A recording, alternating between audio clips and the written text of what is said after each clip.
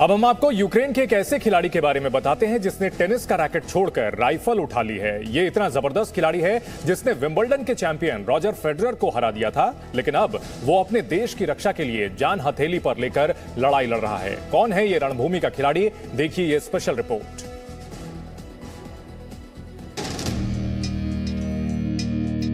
जिन हाथों में कभी रैकेट था, वहां अब रॉकेट है।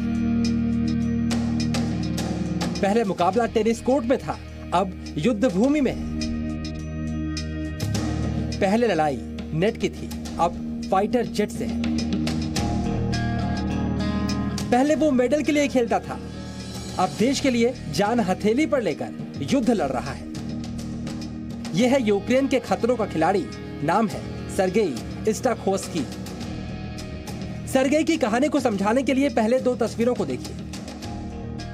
पहली तस्वीर में वो टेनिस खिलाड़ी की पोशाक में हैं और मैच खेलते नजर आ रहे हैं, जबकि दूसरी तस्वीर में वो एक सैनिक की यूनिफॉर्म में हैं। उनके हाथों में राइफल है और निगाहें अपने देश के दुश्मनों को तलाश कर रही है। सर्गेई की दास्तान एक ऐसे खिलाड़ी की है जिसने अपने देश की रक्षा के लिए हथियार उठा लिया, जो अपने देश को आक्रमणकारियों से बचाने के लिए रणभूमि में उतर गया।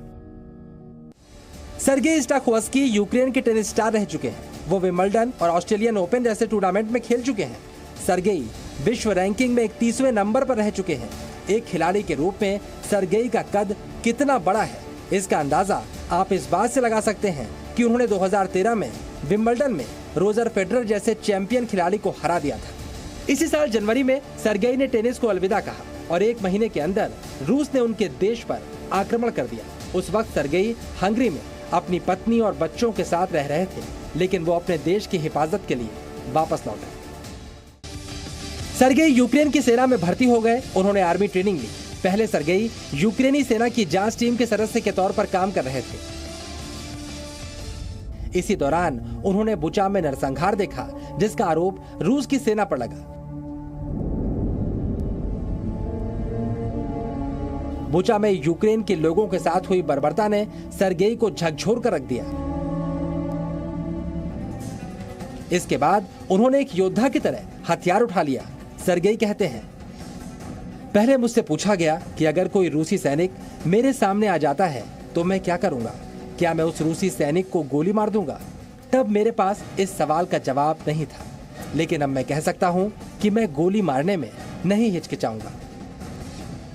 सर्गेई का आरोप है कि रूसी सेना ने यूक्रेन में बेहिसाब जुल्म किया है, बेगुनाह नागरिकों की हत्या की है, औरतों और बच्चों पर अत्याचार किया है और वो रूसी सेना को इन गुनाहों के लिए कभी माफ नहीं करेंगे।